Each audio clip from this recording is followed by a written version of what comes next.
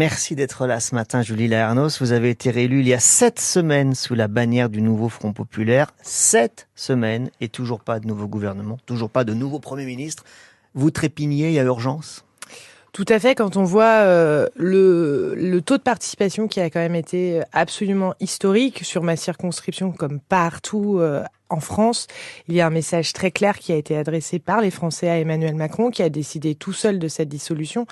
Et on voit bien que le président de la République procrastine à entendre le message très clair que les Français lui ont adressé. Alors, message très clair, dites-vous, quand on regarde les résultats, c'est pas si évident que ça. Certes, le nouveau Front Populaire est en tête, c'est incontestable, mais très loin d'une majorité absolue qui fait qu'il n'y aurait pas eu de débat. Là, il y a débat.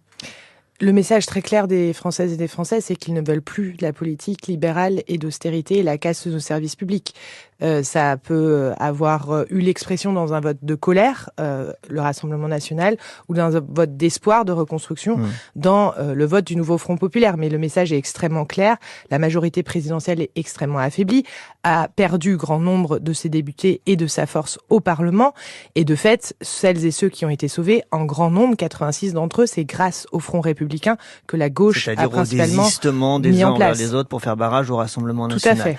Donc vous considérez-vous que la photo politique aujourd'hui, elle devrait être grossie sur le nouveau Front Populaire? Vous devez légitimement gouverner le pays. Elle devrait être grossie, mais le camp présidentiel, et y compris les députés Renaissance, Modem, Horizon, qui ont été élus grâce au Front républicain, devraient aussi, en toute humilité, entendre le message. C'est-à-dire, ce n'est pas sur leur programme pour appliquer le programme, mais c'est bien pour faire autre chose que la politique qui a été menée jusqu'à présent par Emmanuel Macron. Alors certains de droite ou du centre ou des macronistes rappellent que eux aussi ont voté pour parfois des députés ou des candidats insoumis dans d'autres circonscriptions, enfin que ça s'est rééquilibré. Tout à fait, mais on voit bien que le taux est pas du tout le même. C'est-à-dire, dans 26% des cas, un candidat NFP a profité du Front républicain.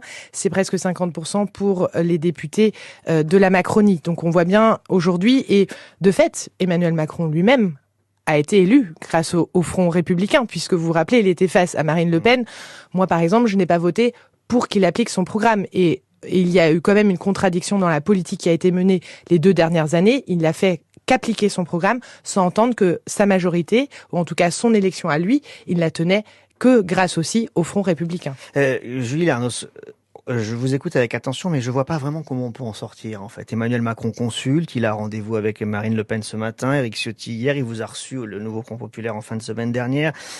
Comment on en sort? Comment on va au-delà de chaque camp, chaque bloc pour faire une majorité? Est-ce que vous êtes prêt à ouvrir? C'est une question de culture politique qui existe effectivement pas en France. Moi, je viens aussi des Pays-Bas où c'est une culture parlementaire où on construit des majorités, des coalitions sur des sujets. Et je pense que la mobilisation qu'il y a eu sur les élections des corps intermédiaires, des syndicats pendant le mouvement sur les retraites, mais aussi de toutes les associations, il y a eu un mouvement et un élan absolument massif pour sauver notre démocratie, pour sauver un certain nombre d'emplois, pour sauver nos services publics aussi qui avaient très peur de l'extrême droite et du Rassemblement national. Et je pense qu'aujourd'hui, ces corps intermédiaires qui ont été assez et totalement décisifs aussi dans ces élections, cette mobilisation-là, il faut la maintenir dans la construction des politiques et des orientations politiques. On ne peut plus gouverner sans les corps intermédiaires, on ne peut plus gouverner en restant sourd aux aspirations des associations, etc. Et donc, la manière de gouverner va être aussi simple, c'est ce que propose le nouveau Front Populaire, c'est de s'appuyer sur ces corps intermédiaires pour faire passer des mesures absolument essentielles et dont nous avons besoin dans les années à venir. 7h50 sur France Bleu Loire-Océan. L'invité de Nicolas Crozel, c'est la députée écologiste de Loire-Atlantique, Julie Laernos. Vous dites élargir aux associations, aux corps intermédiaires, mais en même temps, on a entendu dès le soir du second tour, Jean-Luc Mélenchon dire « Nous sommes en tête, on fera le programme du Front Populaire, uniquement le nouveau Front Populaire, et tout le programme du Front Populaire. » Est-ce qu'à un moment donné, il n'y avait pas eu là une erreur de stratégie, de tendre la main, ouvrir ? Vous savez, en fait, chacun est dans un rôle. Je pense que ce qui fait aussi beaucoup de tort à la politique, c'est qu'on va promettre des choses et qu'on va pas les appliquer derrière. Les Françaises et les Français peuvent comprendre que le nouveau Front Populaire n'est pas majoritaire, qu'il n'a pas le pouvoir tout seul. Pour autant, il y a un certain nombre de lignes rouges qu'il faut absolument appliquer.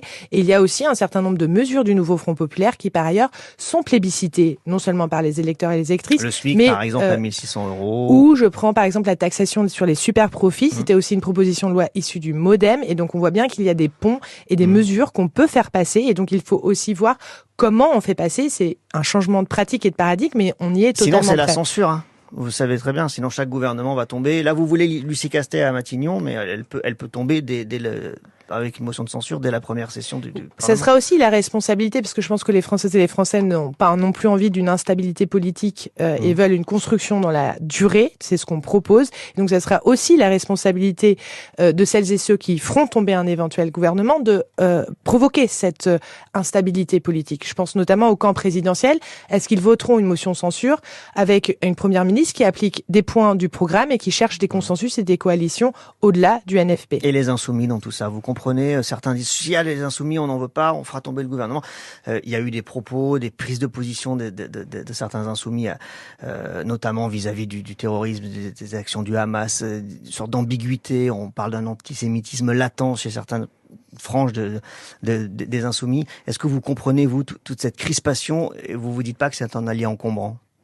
Absolument pas. La France insoumise fait pleinement partie du nouveau Front populaire. Elle a fait barrage républicain. On a un programme qui est sans ambiguïté sur les questions d'antisémitisme, de racisme.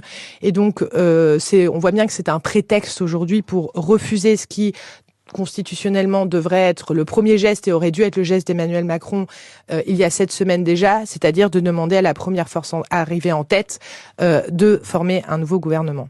Merci Julie Lernos d'être venue ce matin pour votre rentrée politique, députée écologiste de Loire-Atlantique.